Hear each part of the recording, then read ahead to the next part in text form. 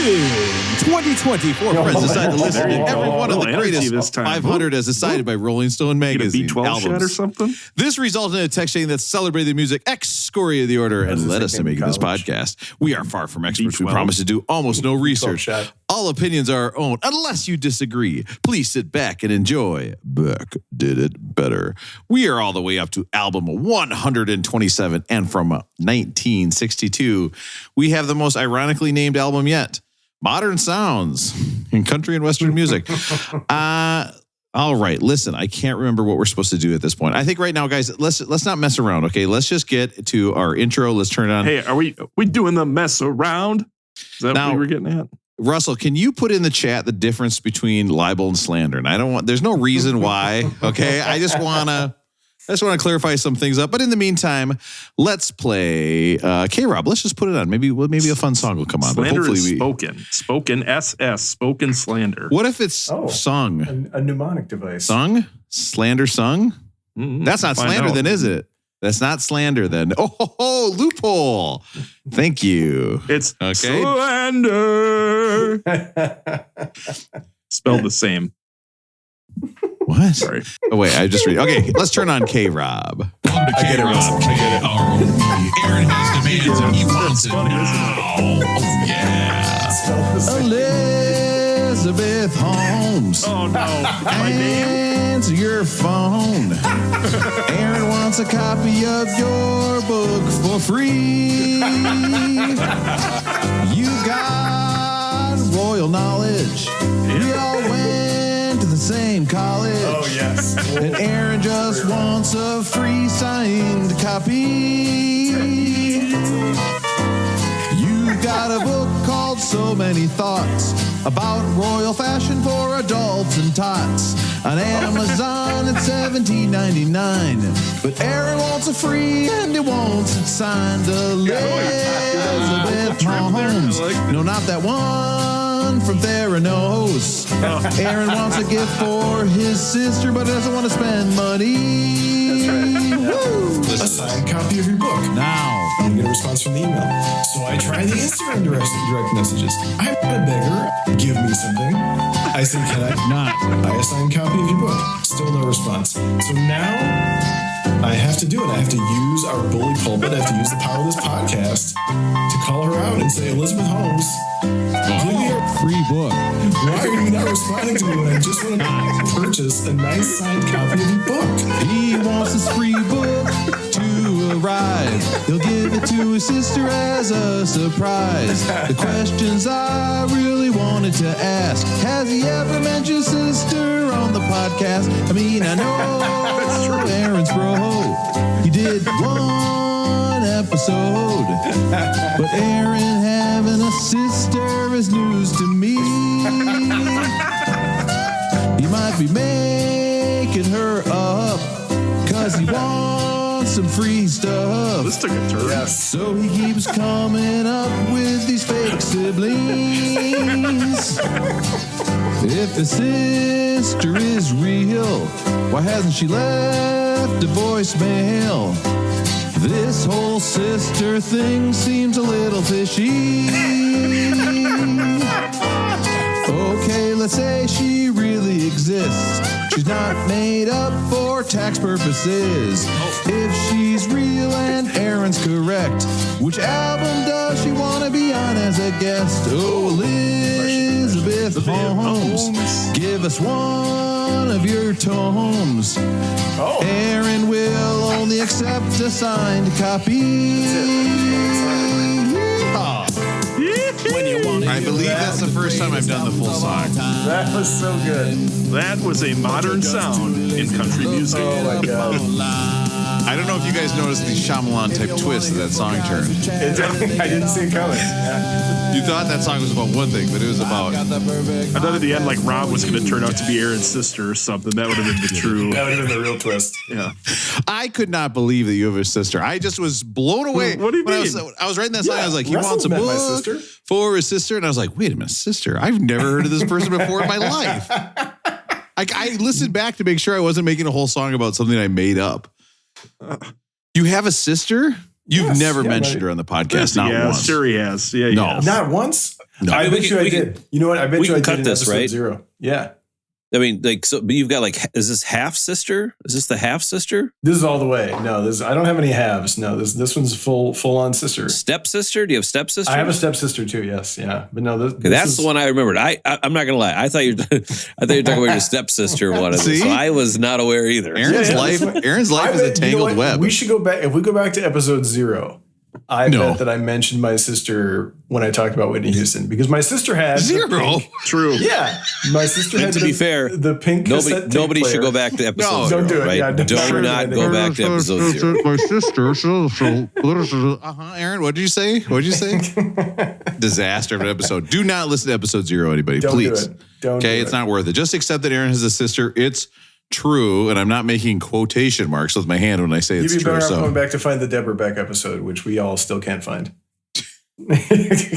I don't know what you guys are talking about. You need to stop talking about stuff from episodes past. And just for our future weeks, so you know, it's Debbie Beck because I was looking for it again for something, but it's Debbie with an IE. Ooh, IE. Ooh. That is a hot name, isn't it? Oh yeah. Yeah. If I was married to a Debbie, I feel like just saying that people would be like, yes, this guy's a real stud. Yeah. Like you would go for a job interview, you say, my name's Rob, I'm married to a Debbie with an IE, and they'd like be like, hired. How much would you like to be paid? Yeah. Name your price. My wife's name now is Uggo Jr. And she changed it. Oh. Yeah, That was her a name given was name. it was Priscilla. And then she changed it to Uggo Jr. And I was like, it's not good. You shouldn't do that. Yeah, But they're like, Uggo was my mom, right? please call me Uggo Jr. because Uggo is my mom and I take it seriously. Has anyone ever met a woman who's a junior? Why don't women name their children after themselves? Has anyone ever met? Well, I never have. I don't think many people take the mom's last name. So that's why it's tough to be That a has nothing junior. to do with it.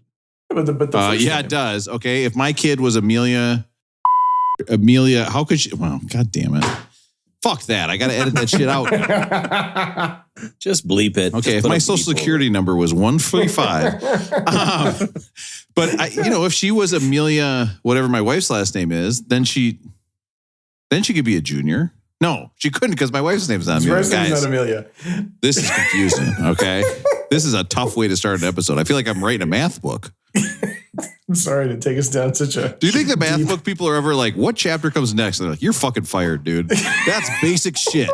Can you imagine like being in the room with like all the smart math people that are like, no, I like Chicago style math, and the other person's like, no, I like the other kind of math. Matt's looking at his watch. We need to move it along. It's He's looking to say, no, I was a math major, so yeah, I was in those rooms with all those. What are smart your kids. thoughts? So, Chicago math What's your or the favorite new style of style? I have no idea. Great. Yeah, I just did it. I just got a math major to hang out with the chicks. Oh yeah. What do you have math glory days, Matt? Like what's because I remember my athletic glory days. Do you have math glory days? No, not even close. You can't remember. Do you guys know the most famous music that goes with math? Most famous music. I believe that would be the quadratic formula. X equals negative B plus or minus square root B squared minus 4AC all over 2A. Okay, listen, if you're still listening, text the Bex line and I'll send you $1. Okay, if you didn't fast forward 30 seconds as soon as Russ started thinking it's a math song, I'll send you some money. Listen. You know who's listening? The Pleasure Principal. He just went from 6 to midnight. He's like, we're talking math. He got a little move. He got a little movement. Yeah. A little movement. He's thinking about number 5 now. He's like, well, maybe you got to watch out with that guy. He gets a little movement going. He has another kid. That's you got to watch that. Listen, the angle used to be obtuse, but now it's getting more and more cute by the minute. You guys know what I'm talking about. Listen, welcome to Beck Did It Better. We are talking about albums that Rolling Stone have decided are the 500 best albums of all time. We are talking about Ray Charles, Modern Sounds and Country. Okay, everybody's favorite album. Everybody's talking about a lot of college kids I've heard playing this album. And listen, okay, I've got 3 guys here who love to talk music, and they love to listen to me talk about things that aren't about music. Russell in Minnesota. Russell, how are you doing? Guys, bye-bye my Saturday night. Bye-bye my happiness. Hello, recording this podcast. I think I'm going to cry. Oh. I've got Matt in Minneapolis. Matt, how are you doing? Guys, I love you all so much it hurts. Oh, no, Nope. That's just my eyelids from having to stay up so goddamn late to record this podcast. It's getting snippy tonight, Rob. Yeah. And this is a first of a double, so this is very good. Very good sign. And I've got Aaron, who out in California. Aaron texted me earlier this week and he said, this album to me just sounds like this. It was beep, beep. And it turns out he was listening to the modem sounds of country and western. Oh. Modem sounds. Get it? Yeah. AOL. Hey, that joke wasn't too bad. You have to be like 36 or older to get that joke, don't you? That's right. You have to have an AOL screen name. I give that joke a 14.4K. That's at least a 56K, Rob. At least a 56K. Aaron, do you have something funny to say or what? Let's go. We're on a podcast. Rob, the other night, dear, while I lay sleeping, I dreamed I held you in my arms. Oh. But when I awoke, I was mistaken.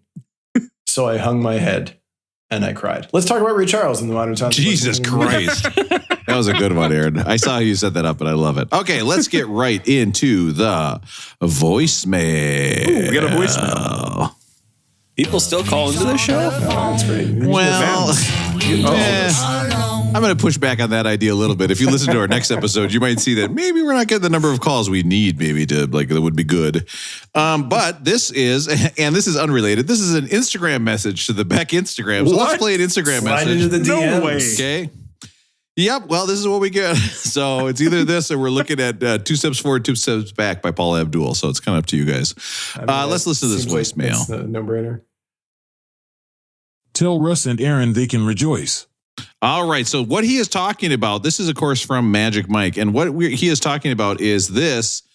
De La Soul is finally streaming. Yes. Okay. Yes, their whole catalog. And this article is definitely behind the Washington Post paywall. So, Magic Mike, that's a wag of the finger to you, my friend, because I cannot read it. So we're just going to assume that De La Soul. Just put a period. You just got to put a period after the last part of it there. Right here? Yeah. I hit enter. Holy shit. I almost gave up. I almost blew my mind. That's such a highfalutin thing to do, is to send people news stories that they don't have access to. Go incognito, Rob. That only works once or twice.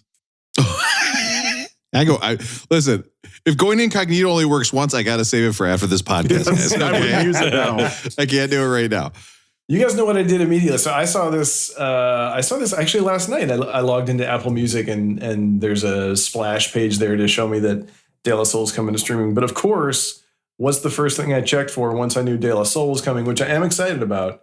Oh no. You want to make yourself unhappy. I had to see if Hardcore Jollies was there yet. It's still not there. It's still no Hardcore Jollies, but I'm just hopeful. I feel like De La Soul, once that's there, then that's going to pave the way.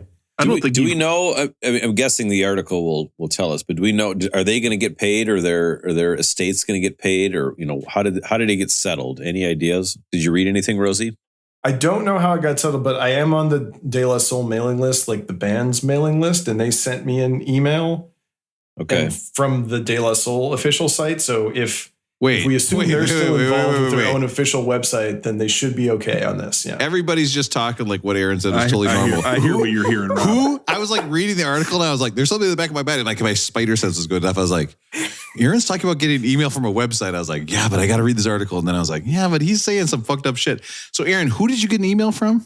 I'm subscribed to the De La Soul D list. It's not like that's that weird, but I got an email from the band. How many bands do you subscribe to their mailing list for? Oh, this I gotta hear. I'm not sure. Go to your email right now and search.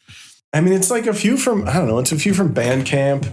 It's like, De La Soul. I don't know. Let me just search band and see what, I don't know. This could turn out bad. Let's see what happens if I search band in my email. 1, 2, 3, 4 Go Records, Pinhead Gunpowder. Yes. All right, I was on the border, but I got to do it. I was like, yeah, maybe he's right. Maybe I'm abnormal for not being on multiple websites. I don't know. But yeah, so anyway, I think this is good news for De La Soul for the guys, but I can't say that for sure.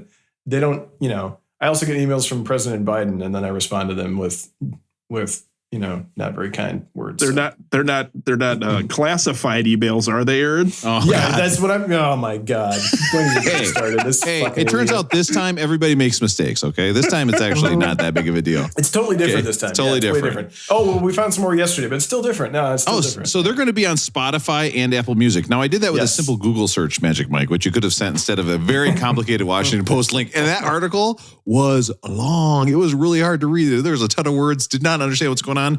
Instead, I typed it into Google and I read that first little box that comes up. It's not even a website. You just read it. That's where I get most of my information. And it turns out it's coming to Spotify and Apple and others. March. So yeah, I think first week of March. Oh, well, so we have that. It's exciting. It's very exciting. I mean, you remember how hard it was to watch, or for me to listen to that on YouTube was brutal because you have a 110-minute YouTube clip and you never know what song you're on, right? You're just listening and you're praying, trying to watch your list of songs. It's impossible. And you can't close your browser or your phone or whatever. You're just like, oh, I'm stuck here listening to this. Yeah, you can't take it with you in the car. I'm telling you, folks, you got to own your media. Okay. Do not listen to people out there. Do not listen to people out there that you can get enough streaming things to be happy. You never will. Okay. Nope. Instead, you just simply subscribe to a Usenet crawler that will get you torrents down to your thing where you automatically catalog it into Plex. All it takes is about 2 or 3 days straight on your computer in the summer, not sleeping, and all you're thinking about is this, and then it mostly works unless you're away from the computer. So it's easy enough to do. Okay, look it up on Reddit. It'll only take you about 3 weeks of constantly tinkering with it to get it to work right. All right, let's get into Rollin' Going. It's good to hear that Magic Mike 69 is still listening. I'm excited. He's still partaking. It sounds like he's current. We just talked about De La Soul a few days ago. Now, Matt, is it true that are you perusing the Beck Did It Better Instagram? Are you on the Beck Did It Better Instagram sometimes, just like I am in charge of the TikTok? And don't look at what the TikTok's into right now because it's fine. Okay, it's just fine. No, I do look. Yeah, no, I do look every once in a while. So I can also say that you have not been responding to any Instagram messages as well as me, right? No, I'm not responding to anything. It's a collective action problem. Yeah, so we need to all get together, and I don't know. Do we need to respond to Instagram messages from our fans? We can separate ourselves from them, right? We don't want to have a Robert De Niro situation where he gets me in the sauna and tries to stab me.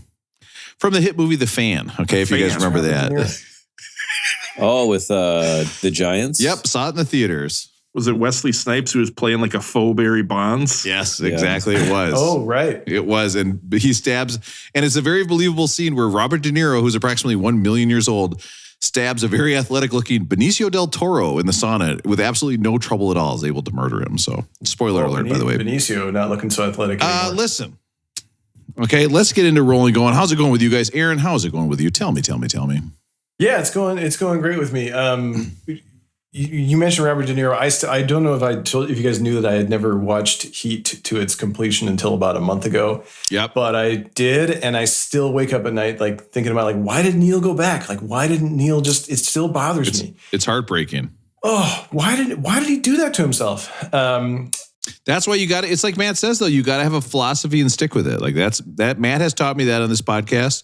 Yeah. And listen, if your philosophy is that you're going to be a thief where you can drop anybody at any time to get away, you need to be able to do that. Okay. Or if you're like me and you can't say no to people and then eventually all your obligations pile up until it stresses you out incredibly, that's fine too. It happens. Do you need to talk about this, Rob? Do we want to get into it a little bit? Vice Corner? No, God, no. Wait, what's your advice? What can we cut from our life, Rob? Who should we stop talking to in our life that would help us? Yeah, what would cut about 3.5 hours every 2 weeks ish? Yeah, and that would be if you don't edit it. So I guess let's see. What would that be? That would only be if you just made it. Maybe didn't even do all the sound stuff. Is there any other people that maybe use you just because you happen to live in New York and can potentially place bets for them or something? Do their names rhyme with 1420? Yeah. Matt, you're right. I'm getting a divorce. I need to get a divorce. You're totally right. You guys weren't there, but you know what's awkward is when 1420 comes up, this is the person who's on our text chain who we don't respect him enough to call him by his name. So Matt started calling him by 1420. You haven't put his name into your phone. Yeah, again, cyber bullied. Okay. We haven't put his name into our phone. So I went out for like a guy's night out for the college football championship and 1420 in person. And then I'm looking around. I'm like, he listened to the podcast. He heard it. He knows all about it. Well, we called him out. Yeah. And I'm looking around and I'm like, main host isn't here. Aaron's not here. Matt's local. Matt's not here. And now I'm the only guy. You got to take out. Yeah. How did it go? Repeat after me, Russell. I am playing a character. Okay. That's all you need to say. I am playing a character. That's all you need to say. It gets you out of anything. Now, I would like to say I was not cyberbullying him. Go ahead, Aaron. I had a couple of things I wanted to discuss. Number one, we talked last week about people telling the same story back to back. And this happened to me once in high school in driver's ed. And if I ever told you guys this story, but we were driving. Yeah, you just got done telling it. Yeah. This would be badass if you repeat that, Rob. Just double it up. Just double up that last little bit or the whole story? The whole story. All right. My driving partner was Ryan Hollenbeck, and we were driving with Mr. Holdridge. He was our instructor, and we were driving to Nevada, which is like through 30 miles from the town where I grew up. It's spelled Nevada, but it's spelled Nevada, but in Iowa we call it Nevada. And on the way out to Nevada, you're a driving instructor. So during your driving lesson, you're driving like 30 miles away from your house. Where the fuck are you going? Nevada. Yeah, you just take Highway 30 or whatever. You just like hop on Highway 30 and drive it to Nevada. We're going to learn how to get really bored in the car. I'm going to show you how to why shuffling CDs is actually pretty cool. I got a 6 CD shuffle in the trunk. Hey, Aaron, I know a guy who's a driving instructor. If you need more driving lessons, and I could introduce you to him, but unfortunately, I think I sat in his couch spot a while back, so he might not be training my friend. It's actually really fun when you're driving with this person who's a driving instructor, and he hits the brake on you, a 40-year-old man. He's hitting the driver's ed brake, thinking that you should have stopped earlier. What a father-in-law move. Man, what a family you're joining there. So we were driving to Nevada. I don't know if it was me or Ryan driving first, but on the way out there, Mr. Holdridge told us a story about a woman who was pregnant and did not know she was pregnant and gave birth at the Tractor Expo in the mobile bathroom. Oh. So that's on the way to Nevada. Wait. The mobile bathroom, like sponsored by the gas station? Yes. You know what I'm saying? Like the porta potty, you know what I'm saying? Oh, okay. I thought you meant Johnny mobile. On the spot. Yeah, I thought you meant like, am I going to go in the Holiday bathroom or the mobile bathroom or the Sinclair bathroom or the Quick Trip? I would do the Holiday. They have better tasting Gatorades in the Holiday than the mobile. You know what? You're not wrong. Holiday there's something about their cookies where I'm like, damn, when I go back to Minnesota, that's one thing I do. I get the macadamia nut cookies from Holiday and I'm like, home sweet home. Yeah. And I kind of wave to my mom as I drive by the house. And she's like, did you stop and get cookies instead of seeing me? And she's got a whole tray full of macadamia nut cookies. Yeah. And he's like, no, sorry, Mom, I got the Holiday cookies. I'm good. Is she a little German lady that lives in the woods? Yeah. Ooh, come get my cookies. Ooh, follow breadcrumbs. Put your head in oven. Wait a minute. So we drive to Nevada. He tells the story about the woman who gave birth in the porta potty and didn't know she was pregnant. Yep. We get to Nevada. We switch drivers. The other person drives back. He tells the same story word for word less than 1 hour later, as though he had never told the story before. Yeah, it was the blackjack dealer. Yes. I mean, can you imagine? This story is a 100% unique story, possibly made up. He told the same thing word for word and didn't acknowledge that he had already told it. Aaron, did you got her phone number or anything like that? Yeah. She sounds very dedicated. Yeah. Russell's like, hey, you want to bring this full circle? Let's make a baby in this outhouse. Save somebody on some healthcare costs here? Or sorry, listen, we should probably not make jokes. If I come in you over the blue water of the porta potty, you can't get pregnant. That's a birth control. Oh my God. I guess I should have known better. It's like that. It's like an episode of Lost where like you dip your finger into the water. It's like the fountain of youth or something, right? Oh wow! So that's it. Oh my God! But what's going on in the hatch? What's in the hatch? I don't understand. The occupy button is just turning on and off really fast. Oh, now faster, now very slow. So hot. Okay, go ahead. You guys were talking about the blackjack dealer retelling stories last week. You just got done telling it. Yeah. This would be badass if you repeat that, Rob. Just double it up. Just double up that last little bit or the whole story? The whole story. All right. My driving partner was Ryan Hollenbeck, and we were driving with Mr. Holdridge. He was our instructor, and we were driving to Nevada, which is like through 30 miles from the town where I grew up. It's spelled Nevada, but it's spelled Nevada, but in Iowa we call it Nevada. And on the way out to Nevada, You're a driving instructor. So during your driving lesson, you're driving like 30 miles away from your house. Where the fuck are you going? Nevada. Yeah, you just take Highway 30 or whatever. You just like hop on Highway 30 and drive into Nevada. We're going to learn how to get really stretch. bored in the car. I'm going to show you how to why shuffling CDs is actually pretty cool. I got a 6 CD shuffle in the trunk. Hey, Aaron, I know a guy who's a driving instructor. If you need more driving lessons, and I could introduce you to him, but unfortunately, I think I sat in his couch spot a while back, so he might not be training my friend. It's actually really fun when you're driving with this person who's a driving instructor, and he hits the brake on you, a 40-year-old man. He's hitting the driver's ed brake, thinking that you should have stopped earlier. What a father-in-law move. Man, what a family you're joining there. So we were driving to Nevada. I don't know if it was me or Ryan driving first, but on the way out there, Mr. Holdridge told us a story about a woman who was pregnant and did not know she was pregnant and gave birth at the Tractor Expo in the mobile bathroom. Oh, so that's on the way to Nevada. Wait. The mobile bathroom, like sponsored by the gas station? Yes, you know what I'm saying, like the porta potty. You know what I'm saying? Oh, okay. I thought you meant Johnny mobile on the spot. Yeah, I thought you meant like, am I going to go in the holiday bathroom or the mobile bathroom or the Sinclair bathroom or the Quick Trip? I would do the holiday. They have better tasting Gatorades in the holiday than the mobile. You know what? You're not wrong. Holiday there's something about their cookies where I'm like, damn, when I go back to Minnesota, that's one thing I do. I get the macadamia nut cookies from Holiday and I'm like, home sweet home. Yeah. And I kind of wave to my mom as I drive by the house. And she's like, did you stop and get cookies instead of seeing me? And she's got a whole tray full of macadamia nut cookies. Yeah. And he's like, no, sorry, Mom, I got the holiday cookies. Is she a little German lady that lives in the woods? Yeah. Ooh, come get my cookies. Ooh, follow breadcrumbs. Put your head in oven. Wait a minute. So we drive to Nevada. He tells the story about the woman who gave birth in the porta potty and didn't know she was pregnant. Yep. We get to Nevada. We switch drivers.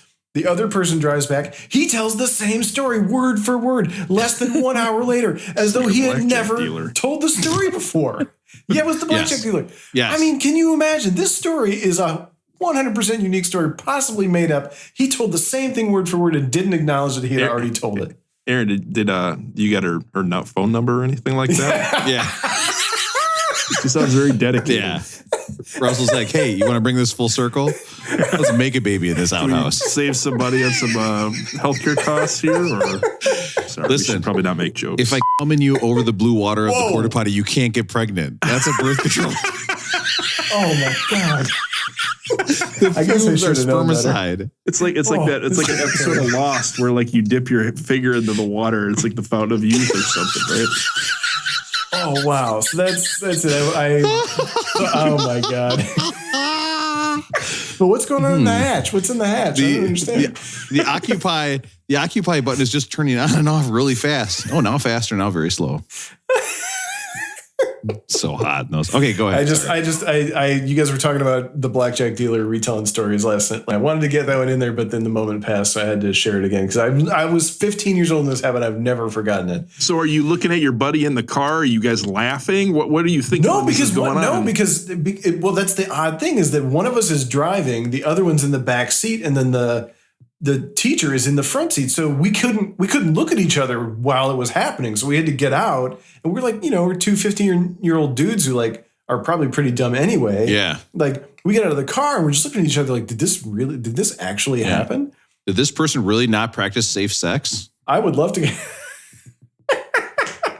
Matt, sanitary sex. I got two questions. All right. One, what is Ryan Hollenbach doing now? We always like to go back to what Rosie's buddies in high school are doing now. Do we know? Yeah. I think he does nuclear medicine in Kansas somewhere, but I've lost track of him on the socials. But his family was big into nuclear medicine, so I think he took over the family business. And he's around other toxic blue chemicals. Different, yeah. I'm gonna have to keep that in now. Just bleep it. God damn it! Shit. I'm trying to figure out the schedule for your driver's ed too. So you get two people in the car, and you spend an hour. Yep. One drives a half hour out. Yeah. The other drives a half hour back in. Why not Why not 2 half-hour sessions where you drive out 15 minutes, back 15 minutes, get dropped off so you don't have to sit in this car anymore, and then Ryan Hollenbach can go do his half hour. What's up with that schedule? This might be a good time for me to just sneak in that I did hit a home run against Ryan Hollenbach when I was 14. How do you like that sloppy tater, Ryan? Put me in, coach.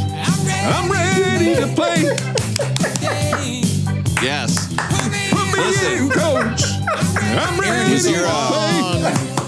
Fly ball going to center field. And who's that in right field barfing his guts out? It's Aaron from the future.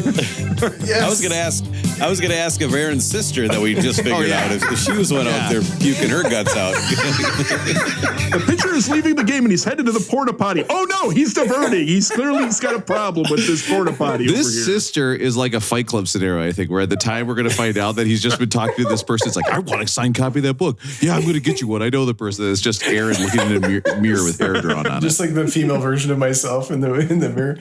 I don't know I think the theory was that you could learn by observing someone else drive also, or it was just like they wanted to keep the kids busy for longer, because otherwise you were going to be like out there causing trouble. So you need like 8 hours behind the wheel, right? I think so. I mean, with an instructor. Remember. So did that half hour count because you were technically behind the wheel? You're just 2 seats back? Yeah. I don't know. Because otherwise you're just literally wasting a half hour of your life. That half hour must have counted, right? What else was I going to be doing? Like, I mean, we had 8-bit Nintendo at the time. Like, what else was I going to be doing with my life? Oh, it's July in Ankeny, Iowa. Like, I had a lot of other stuff I needed to take care of. Could have been hanging out in Nevada. You have better things you don't have anything better to do than to hang out in the back of a driver's ed car on a 30-minute car trip that has nothing to do with you. Life hasn't changed much now, has it? Look what you're doing tonight. I know. What were you doing in 1995, Rob? Summer of 95. I bet he was at Perkins. 95? Summer of 95. What was going on in Rob? Perkins. Let's Has see. to be Perkins run with his buddies. Yeah. No. Actually, you know what? You're right, Aaron. I did ride-alongs with my driver's ed instructor because I thought it would help me learn better. What the fuck are you talking about? Plus, what better way to put like extra people who could be injured by a terrible driver? Right. Hey, let's put a few more in the back. That's what I was thinking more. Yeah, the legalities of it. You know, the driver's ed instructors are like, God damn, I could make more money if I could do double and charge double for this. But how could I do that unless I straddled the 2 cars a la Teen Wolf, 1 foot on each? But that's not going to work. I know what. I'll tell a kid that's sitting in the back seat and he's going to learn by watching. So I said that's what I had this week. How's it rolling going with Matt? Good. My list is failing me, guys. What? I got to get back on the list. What? I got to get back on the list. So I've got something I found on the internet at some point, just, in the last 6 months. It's like my fallback, XXNX? rolling going, when I can't find anything else to talk about. So I've got questions for you guys, and I'm trying to figure out if we can narrow this down. It's a little bit of a tournament, kind of a little bit of a tournament, but tournament. A tournament. Got, well, you know what that sounds like then? That sounds a lot like a sound clip that I definitely can find. And now the tournament for Matt's things he found on the internet. the interweb. All right. We're going to break this down. Okay. You guys, you've got to share an office with one person. Okay. Who are you going to pick? Okay. We're going to break this down. Round 1. Are you going to share with someone who just got engaged or the guy who microwaves the tuna? Oh, geez. Just who are you going to share an office with? Just you and one other person. You've got to share an office. The guy who just got engaged. I don't see why that matters. Like usually when guys get engaged, they don't even gal. Well, let's see. This picture is actually a gal who just got engaged, or a guy. That's fine. Because then you're going to be able to talk about stuff that's not about work. Yeah.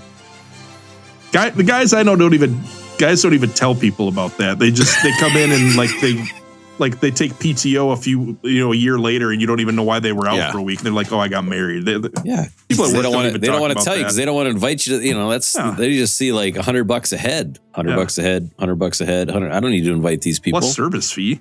You guys wouldn't believe how that $100 that I invested from not inviting Rob. It's making me huge bank right now. Right, unbelievable. It cost you $100 per plate at your wedding. Jesus Christ! I don't know. It can't be the food person. The food working next to someone who's got bad food that's no way to go. All right, so the engaged person. Okay, round next side of the bracket. Knockout round. Lewis, the known farter, versus Shiloh, who only listens to Radiohead. The farter or the Radiohead? Radiohead. This is what really made me think about this. I think it's the farter. You want to with the farter? You're choosing the farter? The reason is like the Radiohead fan would have so many other annoying qualities that can't be encompassed in one sentence. Like it's got to be everything would be terrible about him. Have you guys ever been in a room? I was at dinner tonight with some friends of my son, And so it was two kindergartners and a 4-year-old. And at some point, someone just ripped the dirtiest fart you've ever smelled in your life. And you realize, like, fuck, that could have been me. I could have just let one go. And no one says anything. Like, it smells terrible in there, but nobody says anything. Yep. Well, Leo did tell us today that he always admits to his farts. And he did today. We were riding around the van. Okay. So we're going to go with a known farter. He's, you know what? He's kind of like the George... He's like the George Washington of farting. You know what, though, man? Like, your son is setting himself up to be that because everyone, like, no one ever claims, like, if you're in a room and someone rips ass, everyone's like, oh, if I smelt it, people did this. You smelt it, you dealt it. But, like, everyone always goes, I claim it. Like, everyone claims they claim it or if they do it. And at some point in life, that changes, right? Yeah. I wouldn't know. No, not me. It's very funny as a teacher to have a child fart in your class. It's hilarious. It's one of the funniest things. And then I always say, like, hey, don't get too excited about this material. I'll be like, lunar eclipses are like, I'm like, yeah, we got to move this bracket along. We move this bracket along. Okay. The third set here. Daisy, who wears all natural deodorant, or Caleb, who does CrossFit. Who we going with? Who's he going to share an office with?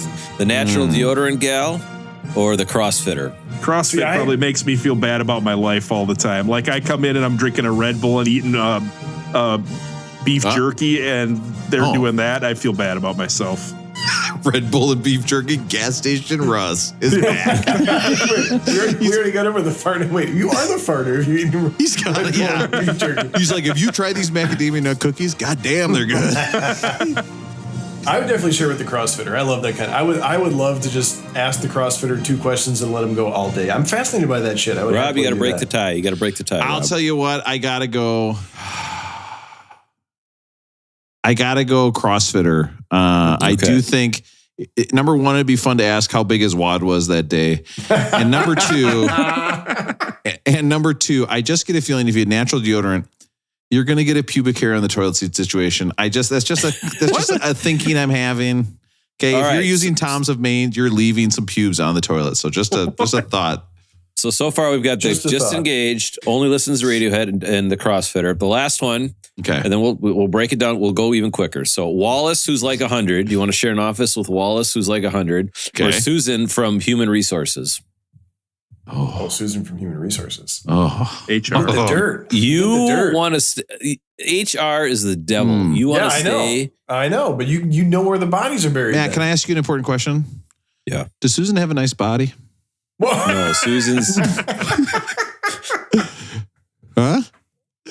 And I mean, it looks like she's like a middle school teacher, maybe like late 30s, little blonde, lives in New York, extremely hot. Yep. I know she works in HR, but if I said that she had a nice body, would she hold it against me?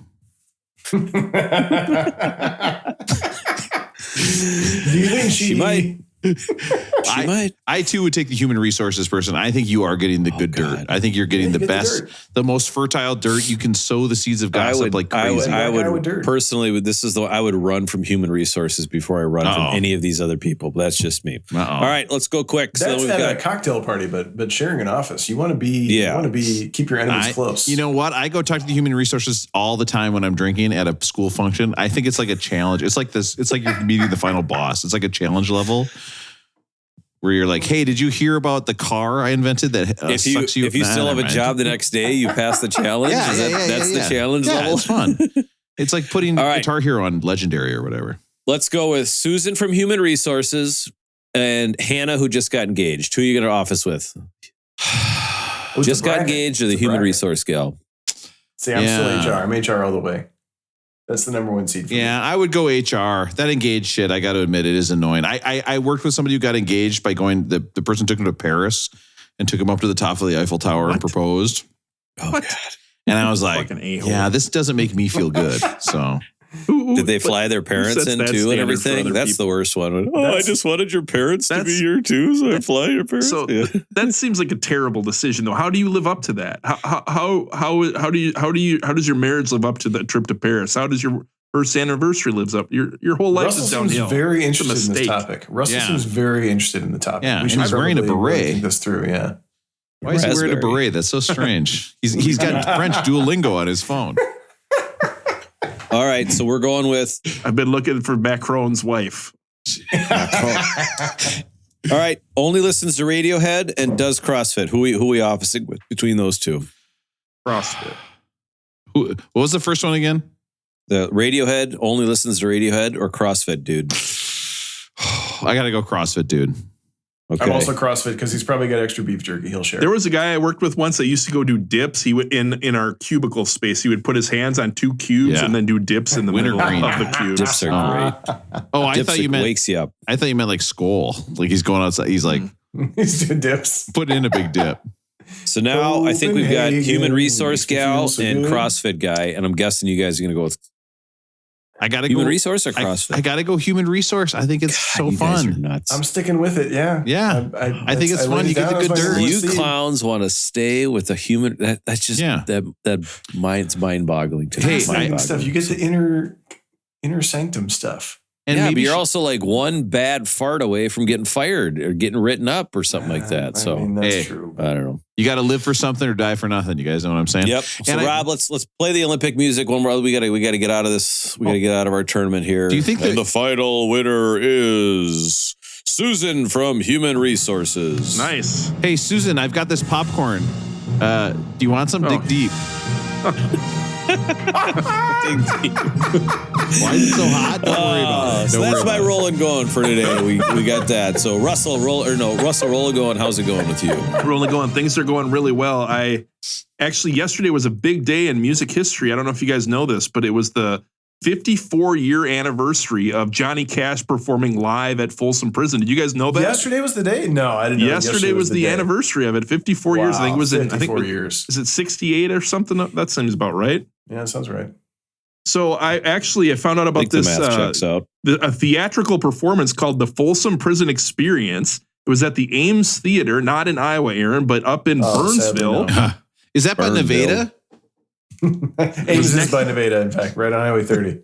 So I went to the Folsom Prison Experience. It was an awesome show. So you walk in, and the first thing they're selling like jumpsuits, if you will, jean shirts, and they're giving everyone a sticker. So they're immediately setting up that you are in the audience at Folsom Prison. So everyone gets a sticker with like a number on it, everything. You want to buy a shirt, you can buy a shirt, but you walk in, immediately there are guards kind of walking up and down the stage. Caged heat. They're pointing at you, and if you've got a bottle of water or a Coke or something, they're like, contraband, get that out of here. So it's like they're treating you like the audience. The whole show is essentially they're reperforming live at Folsom Prison with Johnny Cash, and you are in the audience. It was a fantastic show. Now, Russell, this would explain why you have that sharpened toothbrush. Okay, that's so strange. We call it a Murder shake. was the case that they gave me. So this was a really cool show. I got up and twist. I know you guys, one of my influences for Johnny Cash was Rob used to sing a lot of Johnny Cash in college. He was really good at it. So no doubt. But it was a fantastic show. They probably sang about 20, 25 songs, but I thought I could share some of the things I learned about that day in Folsom, and I thought we could talk about it if that's all right. I'm here for it. Yeah. Oh, wow. I still have to do Rolling Going, remember, so keep that in mind. But the first thing, did you guys know that there were opening acts at this show? No. Did not know that. Really? There were. The first one, according to this thing, there were, I will say this. Was the Carter family there? June Carter was there, but she's on the album. But I will say this show did take some creative license with some of the songs that were performed. So they got like 3 songs in immediately. I'm like, this is not the same order of the album, I know. So they won't let you bring a Coke in because they want to be authentic as hell. They're going to fuck with the list. Let me get to it. Okay. And then the guards come over and say, "Oh, excuse me, you're talking too much." You know. So the first thing they come out, so you're sitting there and kind of all the lights are on, and they've got they're treating you like the audience. They're kind of saying like, "Hey, we're going to have the warden here today," and people kind of start booing a little bit, murmuring. It was fantastic. So the first person who came out and opened the show was Carl Perkins, Blue Suede Shoes. Did you guys know that? Oh my God. No, I didn't know that. But I knew I knew he was on the Sun label. Am I playing this, Russell? Yeah, just okay. I thought I was like, that's too great of a coincidence if I'm not playing it. Great opening, right? Yeah, definitely. Yeah, and plus he invented. You know what Carl Perkins is very famous for? He invented the tremendous 12. Yeah, he's like, I was going to say the exact same. he's like, oh goddamn, baby mama, I love having Have three you ever eggs, seen a joke coming from further away than Right. that? Slice of It's bacon. coming all the way from 3 pancakes, hash browns, and something else that makes it 12. He's That's still 2 more going. things. I can't remember, baby. And his cousin Luther Perkins invented the appetizer Jackson, right? There's that comet that comes around once every 500 years that's coming around. Oh, If That joke came from farther away than Carl that comment. Perkins had invented the appetizer sampler, he would be in my manger on Christmas. Like, that's who I would put into my manger. He'd be a tree topper. So Carl Perkins gets done, and then there's another opening act. I didn't expect this one either. The other opening act was the Statler Brothers. Did you guys know that? I didn't know that. And according to this show, Really? What a show. they actually sang backup on a few of the songs. Yeah, at it's that like on concert. some of the bonus tracks on some of the streaming versions have the Statler Brothers, right? Cigarettes and watching. This is a fantastic song, right? You would think you would recognize those guys singing background when they're like, do. Do you think that guy ever hangs out with the guy from the Oak Ridge Boys? And he's like, hey, seriously though, how big are your balls? Like, Great.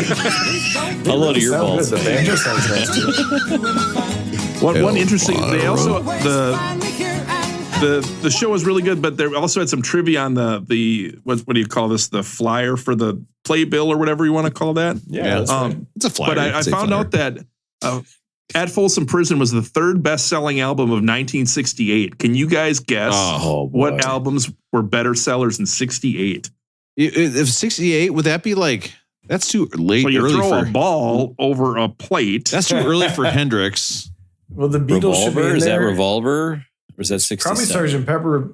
Sgt. Yeah. Pepper came out in 67. I believe the correct one from the Beatles is the White Album, was in 68. Okay. Yeah, it came out in 68. Yeah. And then the other crazy. one is a song we've heard once, but you would never have gotten this. I'll just help you guys out. It's Inagata Davida. It was the second biggest selling album of 1968. That one's kind of like, did you guys have it where you voted for the homecoming queen in high school, and there was always like 6 or 8 Here we go. that were all part of like the same, the popular crew ever, and then there was Yeah. one from the band and one from some other, Yep. and the band chick always won because Yeah. they didn't. Everybody else split up all the votes. Yep. Is that kind of like what Inagata Vida is? Like everybody It's all just the was stoner buying all kids. sorts of albums, but Yeah. there was only one main group buying Inagata Vida, or however you say that. Right. And the next thing you know, 2 years later, Indica Vida is giving birth in a porta potty at a mobile something. I can't remember. Bringing home macadamia nut cookies for the baby daddy's mom. Hey. That seemed like a pretty big splash. Let me look. Wait a minute. He told me You could pull up on the cord, to be fair. You could just pull it up. So Another it's like I apologize free to all our solo. listeners for It's bringing free this solo. up. He's born free solo. He's like, you pull it back up.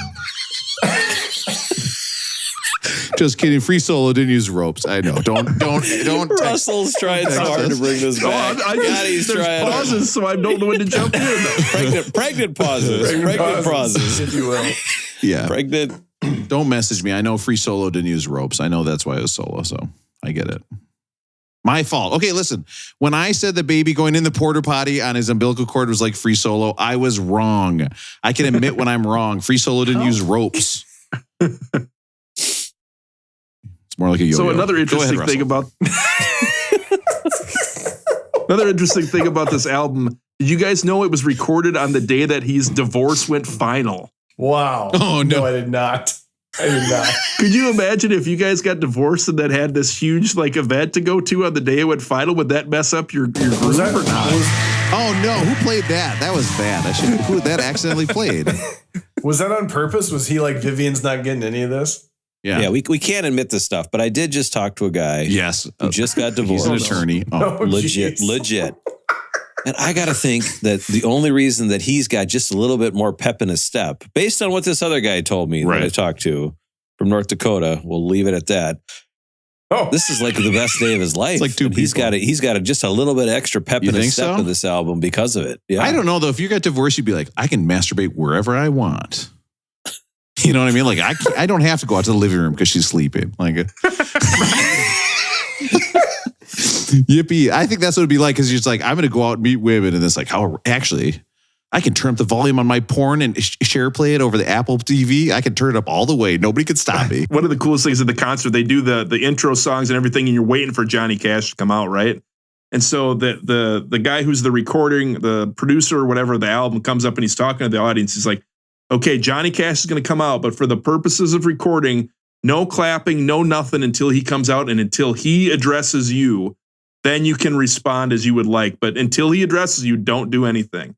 So Johnny Cash walks out and immediately half the crowd claps anyways. They're not paying attention. So the guy stops, he's hollering it, but he comes out and it's just silence. And then he does the very beginning of Folsom Prison Blues. Rob, you can hit it here. Hello, I'm Johnny Cash. And he hits this and the crowd goes nuts. Like I'm pumping my fist, I'm screaming and hooting and hollering and the whole crowd is just loving it. And how did he do? Did he nail the hello? Did he get it right? You know what? He did very good. And it took me a minute because the first two singers the groups were great. And if you're a huge Johnny Cash fan, like Rob would probably know every kind of note of that song. He knows like when he goes up and down, he knows it perfectly. And the guy kind of changed it a little bit here and there. Like the pace was a little different sometime. And I was like, oh no. But then once he got going and got the groove, he was fantastic the whole night. It was really fun to listen to. So again, they won't let you bring a Coke in, but this guy can change up, the rhythm of everything. It wasn't significant changes, but the biggest thing I was going to talk to you guys about is the second song in, I knew it wasn't Dark as the Dungeon or whatever the second song. I knew right away something was off with the order of the song. So immediately they're taking some creative license. And at first I was like, man, I don't know about that. And then where it really threw me off is later in the show, they started playing popular Johnny Cash songs they definitely did not play there. Like A Boy Named Sue was not at Folsom Prison. It's in what's the other one, Aaron? San Quentin, yeah. Walk the Line. I'm not sure if they played that at Folsom Prison either. I don't think they did. I don't remember that on. And so there were a handful of them where they played them just kind of out of nowhere. I was like, oh man, I don't know about this, but if people go to a Johnny Cash show like that, they want to hear those hits. So you guys were kind of hesitant with, creative license like that. But the coolest thing they did on the whole night was there's a part where the warden comes out and he's yelling at Johnny Cash. He's just, calling him a piece of garbage. Like, I don't even know why you're here. And the crowd is just booing the shit out of him, right? Everyone is going nuts. Yeah. And I'm like, this is exactly what I wanted. It's just people losing their minds, screaming at the warden to get off stage, whatever. But he's yelling at Johnny Cash. And afterwards, the lights go out. It's just dark. And a spotlight comes right down on top of Johnny Cash. And he's like thinking about what was just said to him. And all of a sudden he just strums those notes from Hurt. He did it. And the crowd and the crowd went ape. It was just ape shit at the beginning, silence for the whole song. And then as it builds and builds, there was a bright light that started coming on from behind him. So this bright light started coming on. And it was one of the coolest things I've ever seen. It gives me chills even talking about it. It was so much fun. Keep going, Russell. It's not quite there yet. Keep going, Russell. Okay, I take it back. I see how that would be. That would be fantastic. I mean, this is like the song that brings people to tears, right? It was so well done. Play the outro. We can't. That's it. The show's not going to get any better than that. Yeah, that's it. It was a fantastic show, but I will say if anyone wants to check it out, go to folsomprisonexperience.com. They do have like a few other shows over like the next 6 months. They're very small theaters though. I think there's one at some theater in Excelsior coming up in a few months. Anyone wants to check it out, I would highly recommend it. I thought it was super fun. Now, let me ask you this. Did he play Cocaine Blues? Yeah, he did, but he didn't play it fourth like on the album. He played it after the intermission. And the other song I'd want to hear was, and this is going to show what kind of person I am. The Legend of John Henry's Hammer. Did he play that? They did not play that one. That's a great song. It's a good one. It's a great one. Rob has been to prisonexperience.com, but not folsomprisonexperience.com. You just have to be careful with your URLs there. Listen, these women are caged up for crimes they may have committed. How are they going to get out? Speaking of your caged heat, Rob, rolling going. Can you imagine if you were in one of those things and the woman was like, fuck me through the bars, and you're like, well, how big are these bars? I'm so sorry. I can only it's like you really have to lead. It's like, okay, what if I turn sideways? Maybe. What do you call those walls that you used to be into, Rob? The glory hole. What was it? What? What was the hole? I think they were called glory days. Oh, When you used to be. Yeah. Rob, all right. Rolling Going, going with you. Listen, Rolling Going. I just went to They Might Be Giants concert. And just tonight, You just got home. You're saying I just got home today. I have never gotten so many compliments from guys that look like me on my shirt that I'm wearing. They love this bowling. Constantinople. Shirley, they thought it was so good. And there's a couple things I wanted to tell you about the concert. Is that first of all, if you want to see a concert with a bunch of guys getting super excited and kind of bouncing around and wives looking very, very bored, I highly recommend going to a They Might Be Giants concert where wives are dragged there to listen to it, obviously, much like my wife who said she had a good time, but I don't believe her. I don't think she's telling the truth. Can't people just make an agreement like, hey, this isn't for you. I'm just going to go solo tonight. Like, can couples not do that type of thing? She wanted to come. So when she wants to come, Russell, I can't say, no, I'm going solo tonight. And maybe that's been an issue maybe in the last week or so. So I actually have to not do that too much. Matt, I know I've seen you go to concerts by yourself or a show by yourself sometimes, don't you? If she asked to go with you, you have to say yes, right, man? No. You want to say yes. That's one thing. But going to shows solo, especially like that, Rob, like you're a huge fan, right? Yeah. I mean, so then, hello, yeah. I'm a huge fan. Play Dr. Worm. Everyone here is getting excited for Istanbul, but we know that's not your best song. Play Dr. Worm or No One Knows My Plan. That's me as a big fan. But I wanted to show you so Jenny went to me with this show and she sat there. I'm now going to do just a little bit, and we'll see if this makes the show. I'm not so sure it's going to, but we're going to do, guys, just a little bit of a list of songs that Jenny was confused by at the They Might Be Giants show. Okay, and I'm going to do it in order of being confused. Okay. Hey, Rob, play Particle Man. Play Particle Man. You know they did, but all the real fans were like, gentle applause for Particle Man. It's on Flood, so we're going to respect it. But the real OGs know you're not that impressed by that song. It's kind of not really a true fan song. So the one when I realized I was there with Jenny and they started playing Road Movie to Berlin. And I looked over and I realized that my wife had sacrificed a Saturday night to come to this 2-hour concert where they played 2 sets. Now Aaron and Matt and Russ are sacrificing a Saturday night. Sacrificing one Saturday night. So at that point, I was like, oh, yeah, I kind of forgot that this is like, now, of course, I know every word and every note to that song. She did not. Now, what song did they close their first set with? You might say, oh, it must have been one of their big hits. And the answer, of course, is Hot Cha. Hot Cha.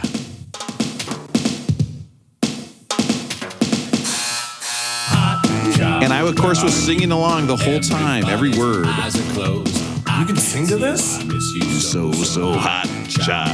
Where are you? First time hot cha ran away. I'm not gonna lie, this makes complete sense that you love this band. Yeah, I get such a kick out of them. I mean, and to see them in concert is incredible because they're like, they're funny, but not like in a telling jokes way, like they're doing musical humor. Don't make me explain what I mean by that, please. I hate to admit this, Rob. I know nothing about They Might Be Giants. Is that typical, that Hot Cha song? Or are they just completely different, across their... I would say it's not atypical. It's not totally out of there. Like they got a couple songs that sound a lot like that. Now you might say, oh, Rob, did they play every song on Flood, including Minimum Wage, which is just one line and a whip crack? You know they did. Aaron, you know this? Yeah, I do know this one. Oh my gosh. Aaron knows it, Rob. Oh! Now this is more like it. Yeah, this one's pretty good. I like this one. Well, that's good because that's the entire song right there. There's no other words. Oh, you got a mallet instrument there? Oh, yeah. This one's pretty all right. So they played one of their albums through, right, Rob? Like front to back? They did not play front to back. I was wrong about them doing that. But they played every song off Flood. It was so how good. many people are in the band? They Might Be Giants. Well, from what I saw in this, I don't know, is there 5, 6, something like that? Just 2 dudes? I thought it was just Might only be 2. The original are just 2, and then now they have the band of Dans, of course, which is the drummer, the guitar, and the bass that are all named Dan. So, and that's fine. Then what I want to show you is that, okay, so in the middle of their first set, they go, okay, we're going to now do something that gives you no entertainment whatsoever and we find fun. We're going to play an entire song sonically backwards, film it, and then open our next set with it playing forwards. That sounds awesome. Okay. Right. Do you want to see them doing this? Should I try to find it real quick? Going, Rob. I like this. Okay, so here's them playing Sapphire Bullets of Love backwards. So at this point, your wife What does is it going to be say? her head spinning, right? Yeah, that got to just be blowing her mind. They've memorized how to those play guys. the song backwards.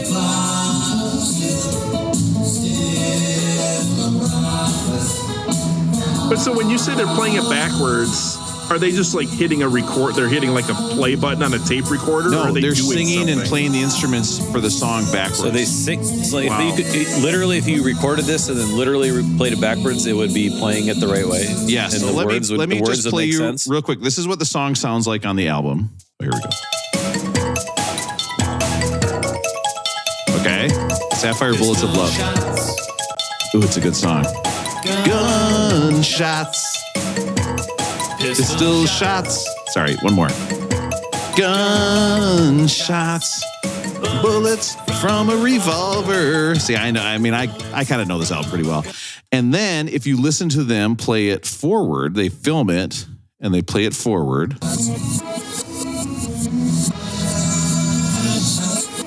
You hear that? Yeah.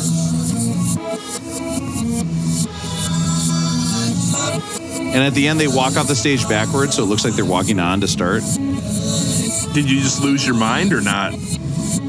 Well, maybe somebody I was with sure did. I would imagine.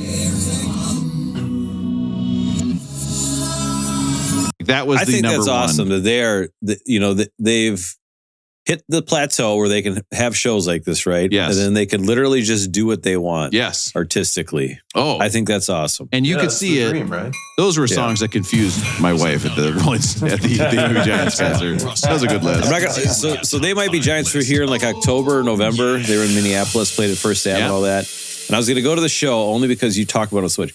I'm kind of glad I didn't go, Rob, because I think I would have been completely confused, without like having a little bit of a primer beforehand. Like Yeah, that. but So, they are. I mean, they are super. They're super musical. They put on a super good show. It's a great I can see concert. that. Yeah. But I think I would have showed up and been like, "Ooh, what did I get myself into?" You know without what? like, knowing too much. I didn't even mention the most confusing song of all that they played. Okay, the list is back on. Just wait a minute. This is what they played for their first encore. And it's a song called Fingertips, which is 4 minutes and 34 seconds long. But it's actually about 20 songs just jammed together. And they play it live. Kind of a good groove. Fingertips. Okay, now I'm around. I hear the wind blow. I hear the wind Now, you might say to yourself, well, this seems weird nerd stuff, Rob. And the answer is no. It's actually cool guy stuff. And it's so important to me that I took a video of this entire song and sent it to my two sisters. Rob, do you think if Wait, you got sisters? You have two sisters? Rob, I've only ever Yes. heard of the one. any chance if Jenny would have heard you listening to this music in college, do you ever get married to her? Yeah. Oh, she heard me listen. That's how she knows all these songs. She's, But no, I'm like, let's say before you guys started dating or anything. yeah. Listen, you think Jenny has super high standards? Give me Like a break. she walks into your dorm room and you're having a party. You know how you always talk about Give me a like, break. you know how you always talk about like the cool music you should be playing at a party? If that's playing, what does she think? She doesn't give a shit. She probably doesn't even notice I'm playing music. She couldn't care less. She's there to tell me that she wants me to do something or something. Like, oh, we plan to go ice skating for 2 nights in a row. What the fuck? What are you talking about?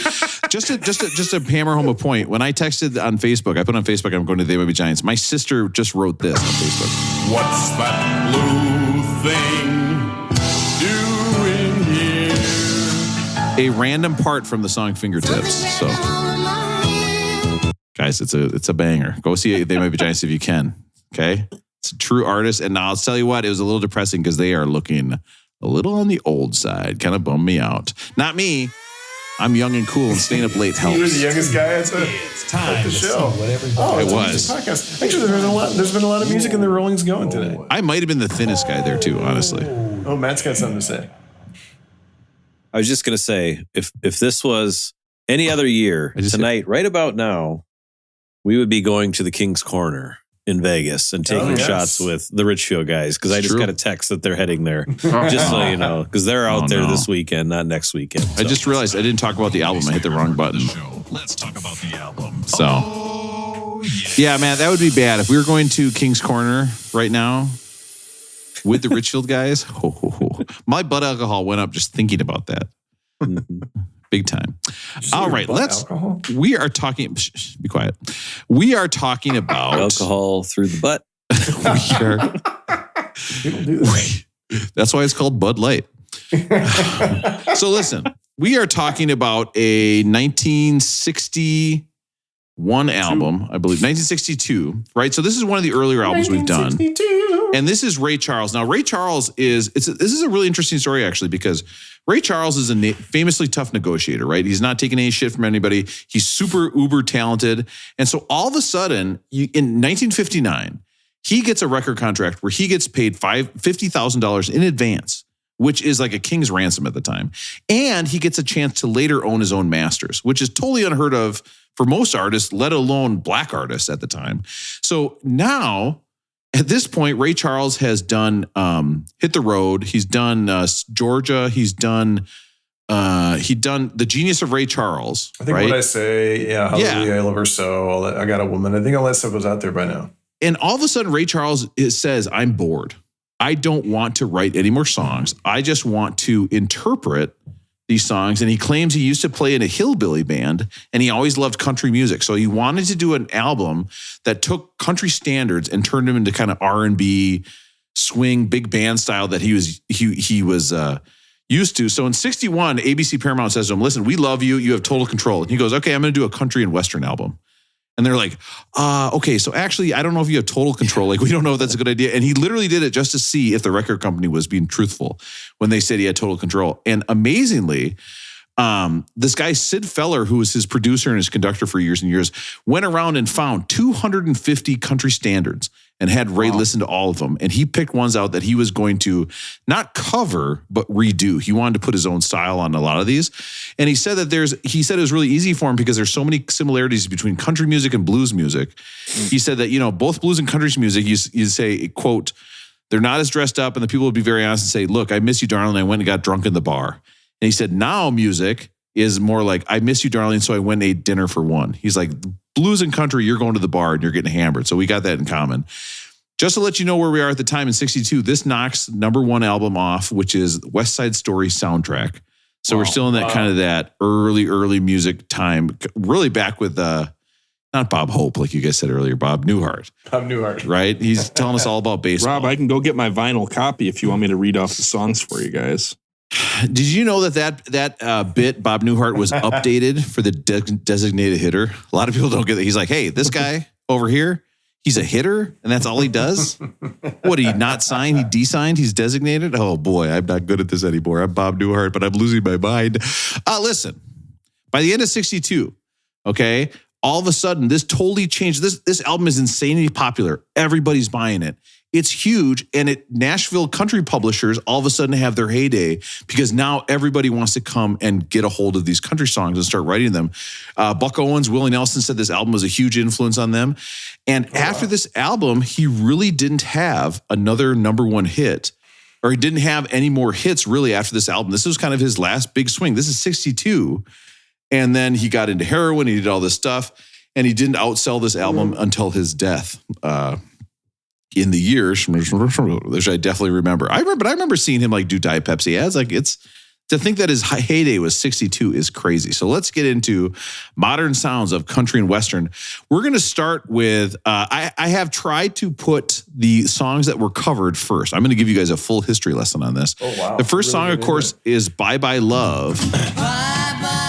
Shenandoah, Iowa, represent Everly Brothers. Everly Brothers.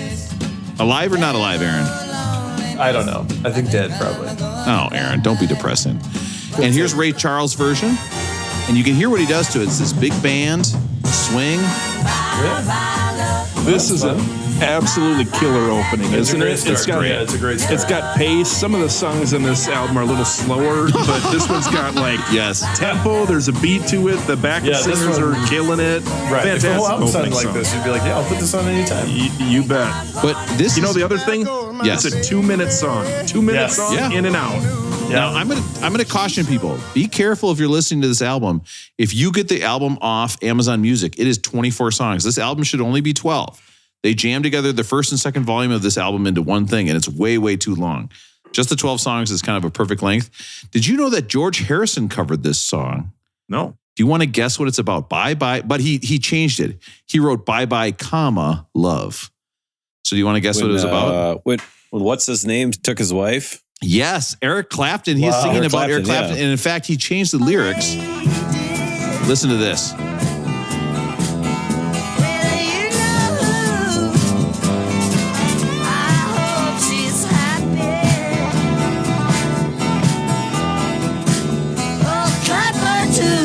He literally name checks Eric Clapton in the name, says, I hope Clapper's happy too. So another song about his best friend deep dicking his wife. So something to think about. I just like that he's like, I can't believe this guy had sex with my wife. I better write 3 or 4 songs about it. Then Eric Clapton writes Layla, one of the biggest hits of all time. He's like, damn it. This guy even writes better songs about fucking my wife. Fuck. Rob, we should start a new FX series called Deep Dickin' His Wife. And the first season would be Eric Clapton and George Harrison. And the second one would be Hulk Hogan and that other guy. You're right, brother. Oh, I just had some sushi, Guys, after we do this recording, should we go find the Hulk Hogan sex tape and play it? We got to see what it be looks like the right? 7th time we've done that. We at least got to get through the Queen episode next week first. It's like, it looks like bologna on top of more bologna. It's so weird. All right. Listen, next up, we've got You Don't Know Me. It's originally done by Eddie Arnold in 56. My heart is beating. And I know what you're thinking. Oh, this is kind of slow, a little boring. This song, just to let you know, got up to number 2 on the Hot 100. And then you say hello, and I can hardly speak. My heart is beating. One thing I was going to say about this one is this is a really beautiful song. I loved it. If there were one slow song, I would have loved this, but there's too many of them later on, don't you think? There are a lot of slow songs on this album. I mean, this is a grandma album for me. This reminds me a lot of my grandma and the music she used to listen to. I think this album is giving off major, you're at your grandma's for the summer vibes. This is what's on. This is what's playing on the record player. In that song, just to let you know, he says he's never known the art of making love. Okay. Now, if you guys made love as an artist, what artist would best signify you making love? Okay. Picasso, obviously, he's the. Well, don't pick the only one Rob knows. I'm going to say, I'll say Matisse because I'm big into pointillism. Just the pointillism. I would say like I'm a Monet. It looks pretty good from far away, but if you get up close, it's just a disaster. Is that right? Is that a Monet or not? Wait a minute. Yes, that is Monet. Wait a minute, though. We need to go back in time. Okay, listen. I'm going to say Seurat because I'm big into pointillism. You know, just the point. You know what I'm talking about. Worth it. Man, if you're going to make love, what artist would you be? I'm just Googling. Oh my God. Did you say the artist formerly known as Prince? That's such a good answer. That's what I was going to say. Shit. I'll just go. Let's see. Who's somebody I know on this list here? Leonardo da Vinci. I'll go with Michelangelo. He's a party dude. Nice. That's a good one. Yeah. He could really sculpt. Half as much, Hank Williams Sr., okay? His rowdy friends weren't coming over quite as often, but Hank hated this song. He didn't like recording it. Don't we have a Hank Williams top 40 on the top 100 list somewhere? Yeah, We've got, if you want to hear a shitload of Hank Williams songs, listen to our 132. Listen to our upcoming episode. We actually have a really fun run coming up, I got to say, guys, if you look at it. This is one where I kind of prefer the Hank Williams version to the Ray Charles version.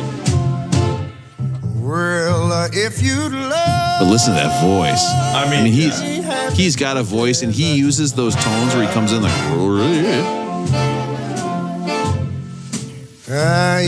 Aaron, is Ray Charles on your Mount Rushmore of male singers?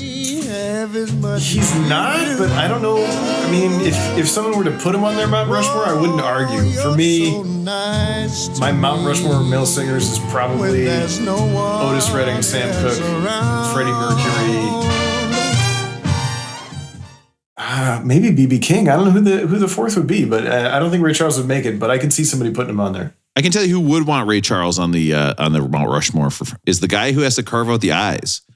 Oh, I mean, when he's just doing the glasses, that would be so much easier. Like, it's like, oh God, thank God, these pupils. It's so. I mean, how do you even carve that into rock? Doesn't even make sense.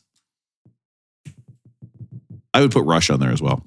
I Love You So Much. This is Floyd Tillman from 48.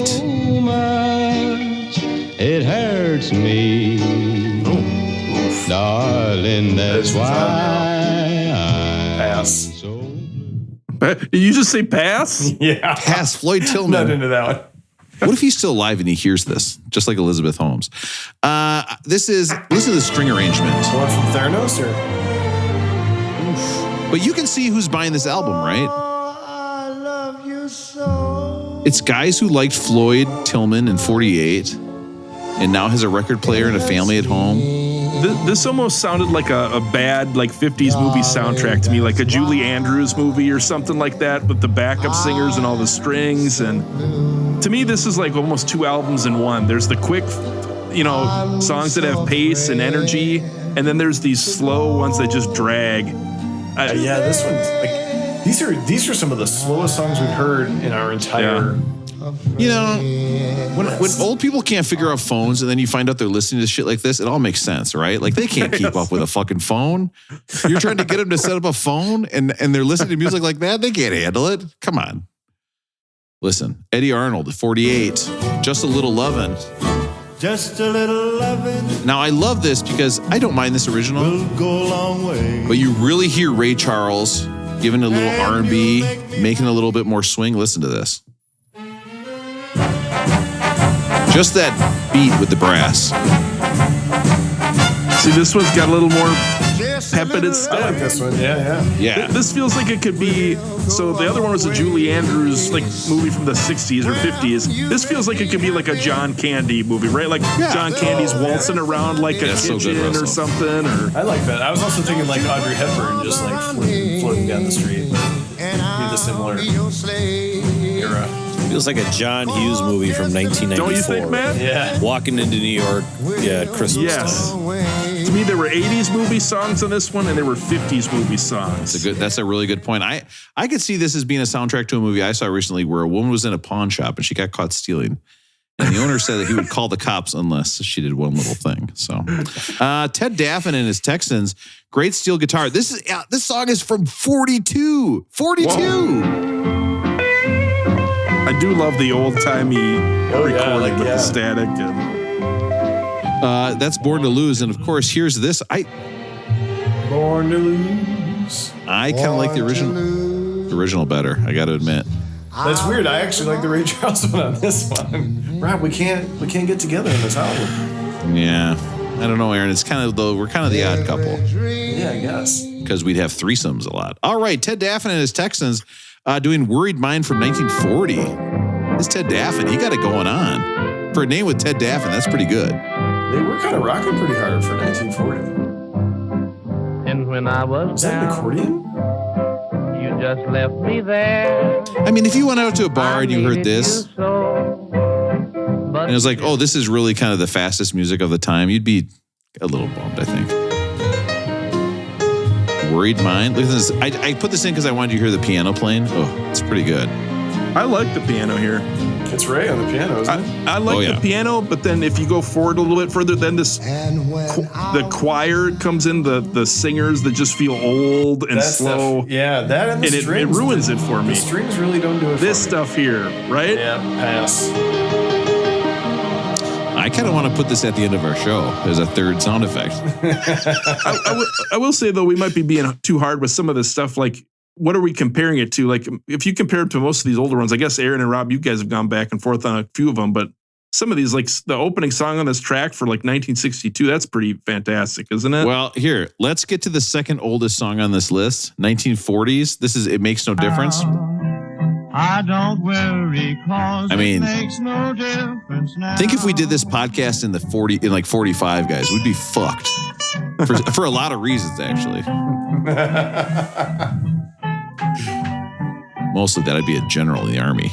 I like the lightness of this stuff. And this is his version, big band. Cause it makes no difference now. He actually got some of the players from Count Basie's band. Oh, also put a little lightness. I mean, it's just that Now, build. this one, Matt, feels like something's gone wrong with John Candy's love life, and he's walking around through like a park and not feeling good about Drink, himself. looking right? down on the ground and putting his hands up in the Yes. air. And, Yeah. Yes. I tried. Then he takes a couple jiu-jitsu classes, and it actually solves a lot of problems. Let things happen as they will. You Win Again. Hank Williams, 52. Yeah, this also Now- is a great Hank Williams song. Originally, when Hank Williams did this, he wanted to call it I Lose Again.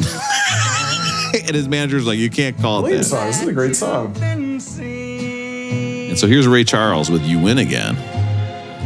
I like that idea where he's like, you wanted to call it I Lose Again. Like just the most depressing country shit. I mean, I don't think Hank was well. That No. you've been seen. No, I've got a little stuff with him with the Hey Good Looking here. I don't think he does. I don't think he. I don't want to be negative about this album because I do think it's important, but I don't think Ray does all of the Hankisms that I like on Hank's track that I wish he would do because I know he can do them. Kind of that. I like that kind of yodel type sound that he can put on. You don't hear it as much. Now, Careless Love is based on. It's not so much of this the standard, but I put this on because it's the oldest one yet. 1925. Okay, 1925. I don't even think they had Game Boys back then. This is Louis Armstrong on the cornet. Oh, it is. Ooh, fun. Ray's version, Careless Love. A big fool. I'm pretty sure this might be during the an adult scene in the movie White Men Can't Jump with Rosie Perez, if I remember correctly. That scene may or may not be burned into Russell's brain. It may or may not be. May or may not. Oh my be. God. little side boob. Yep, Oh my God, you guys. It's burning him head spray too, it sounds like. I love seeing stuff to jack off to, and I also love 2-on-2 basketball. What would be the perfect movie for me? And if it would Jeopardy. be the perfect guy for that guy that Matt was talking about who makes your mama jokes, or the guy who was at Rob's concert. That's your true. Mama jokes. That's true. I Can't Stop Lovin'. And fruits that start with the letter one thing Q. I wanted to mention: "Careless Love." So all of these are covers by Ray Charles, and it turns out that someone else has covered Ray Charles. What? And it's our own Jeff Beck, who just recently passed away. Timely. So I thought we could give Jeff Beck a little props here. He covered a song by Ray Charles that was written in 1957. The song is called "In My Own Tears," and I thought we could play the Jeff Beck version of "In My Own Tears" to honor Jeff Beck here. There's some blues. There we go. Props to Jeff Beck. People seem to really love him too. Like everything you read this week was like, people seemed like they really enjoyed him as a musician and a person. So that's cool. Yeah, I saw Robert Plant. His gift was enormous, and he took his place alongside with the virtuosos of his time. Brian Wilson called him a genius guitar player. The Edge, Matt's favorite, The Edge, said he was punk rock before punk rock and one of the most inventive guitar players ever. And then, was it Brian Taylor from Queen? Brian May. Brian May said Jeff Beck was the absolute pinnacle of guitar playing.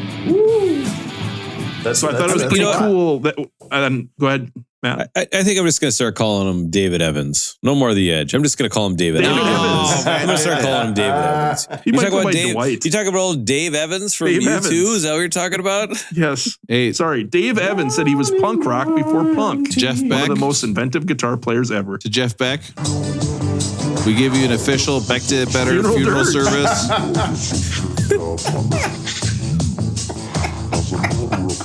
As a matter of fact, Jeff Beck, don't let anything hold you back. If the Scatman can do it, so can you. Now, I noticed I didn't get any voicemails about the Scatman, so something to think about.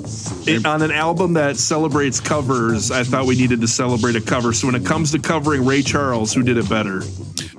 Jeff Beck did it better.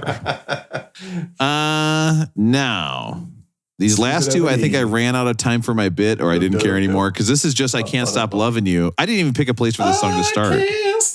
30 seconds. Just go to 30 seconds. You're right. Let's go to 30 seconds. This was the top single off this album, the biggest hit. Do the best. Yeah. And is in the Grammy Hall of Fame.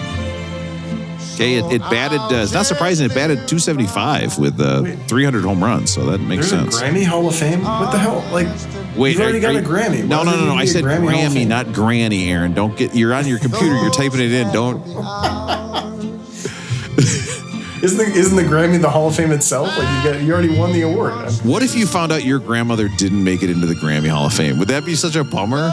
You know what I mean? Yeah, right. Like, come on. Especially if she didn't make the vote because she didn't get to the requisite 5% in her first year because she was a juicer. Oh, no. She was out there doing PEDs. She had blood on her sock.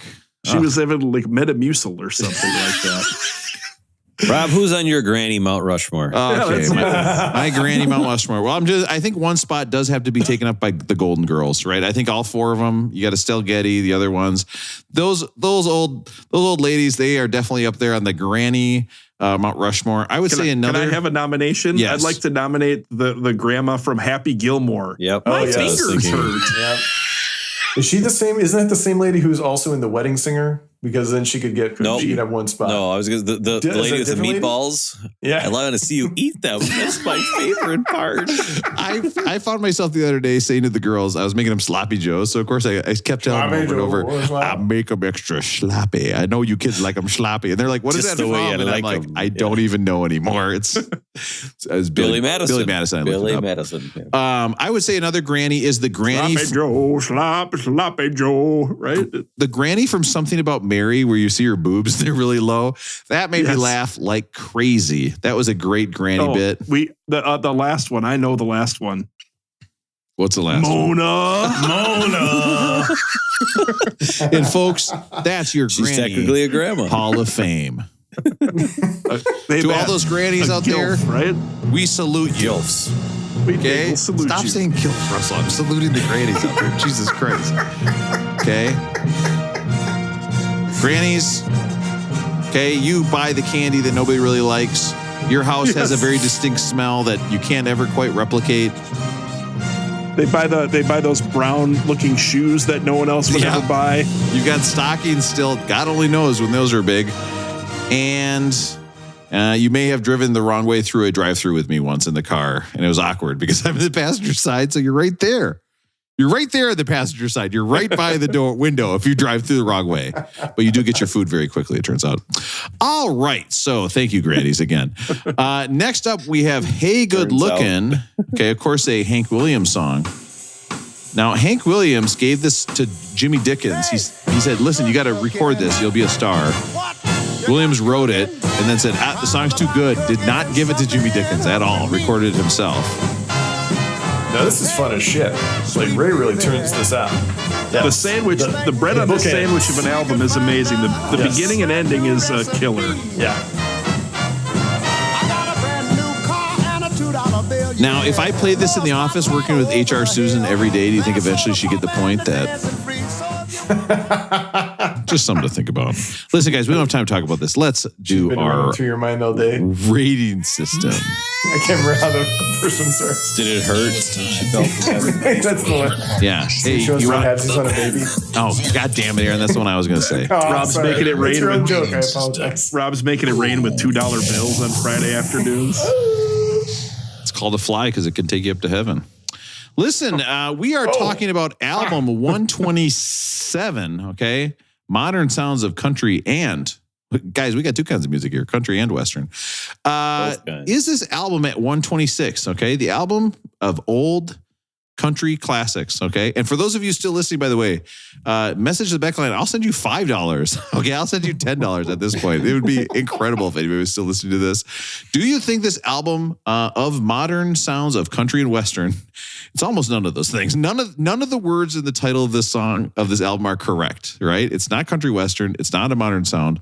I don't know why I had to explain my joke there, because I don't think I was getting any reaction from my co-host. So something for them to think about, something to work on for the new year, okay? We all have New Year's resolutions. Some of us are trying to improve ourselves, and some of us are trying to get others to help them improve their vision of themselves and how they feel about themselves.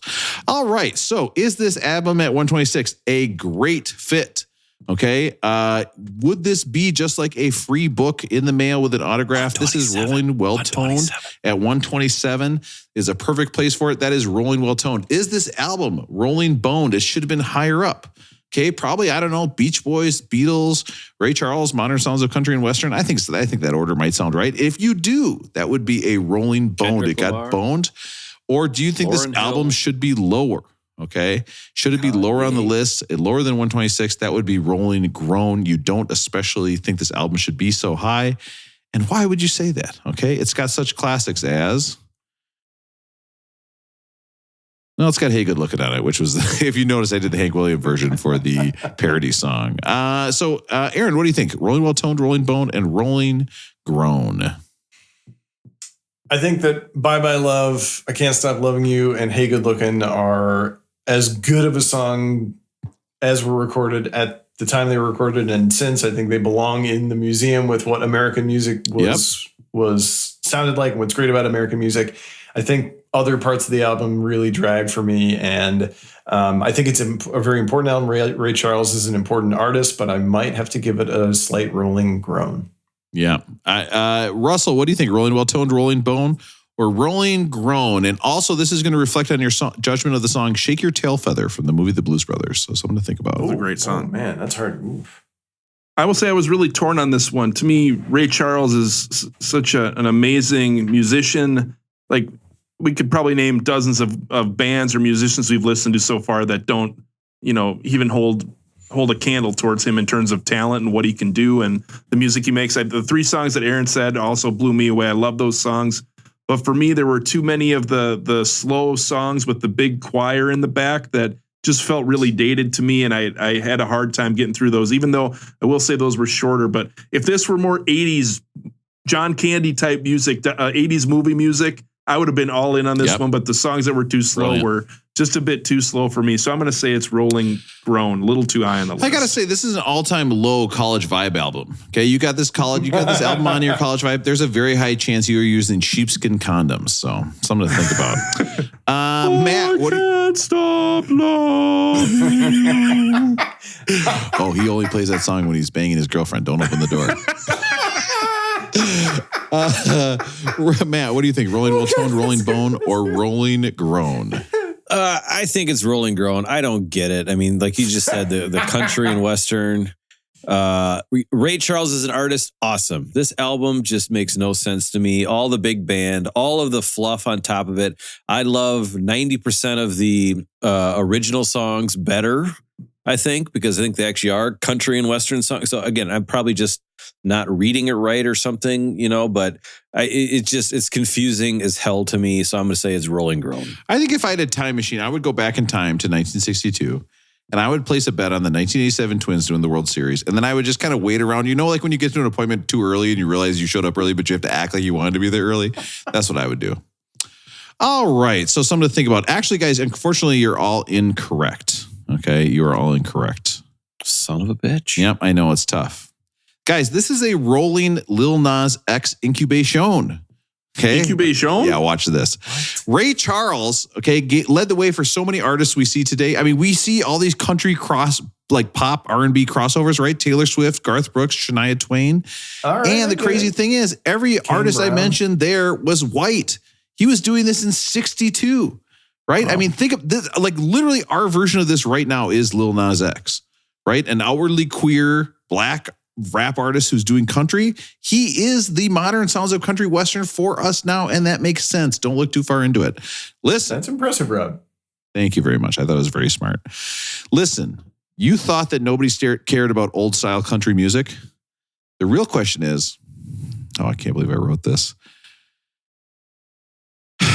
What kind of loser would spend the best years of his life studying opera? Who would give a shit about opera music? Nobody would care about that. Definitely not devote a large chunk of their life to it. Not important. And guys, looking into the Zoom, I can barely see you. There's a very strong light behind you. All I see is a little silhouette of you guys. You're scaramouching your faces up against the glass to listen to this next album. But first, we have to go on the website that's sponsoring that's sponsoring next week's episode. Go to fandango.com. It's a site about movie tickets because apparently there's 50 sites to fucking do that. So just to let you guys know, there's a storm coming in. So I heard that there are thunderbolts and lightning, and the news said it was very, very frightening. So next up, we have Galileo by the Indigo Girls. Oh, wait, no, it's Night of the Opera by Queen. Whew, that was worth it. That was good. When you want to hear about the greatest albums of all time. You know Beelzebub references? Oh, God damn it. Any Beelzebub songs? Shit. If you want to hear four guys who chat and then they get off track, I've got the perfect podcast for you, Jack. Beck did Okay, it so better. I'm going to do a little tournament for you guys. Okay, tell me which joke you like better. Okay, we're going to do a little bracket. Do you like this one? Hey, Russell, I taught you something for your upcoming trip to France. Veux-tu m'épouser? Just say that to her at the top of the... Veux-tu m'épouser? Just say that and you'll... she'll, Could we do it she'll- backwards, the Sonic version, like they might be giants? Okay. Do you like that joke, or do you like the joke that the porta potty kid is named Yo-Yo Ma? That doesn't make any sense. Oh, I get it because of the, yeah.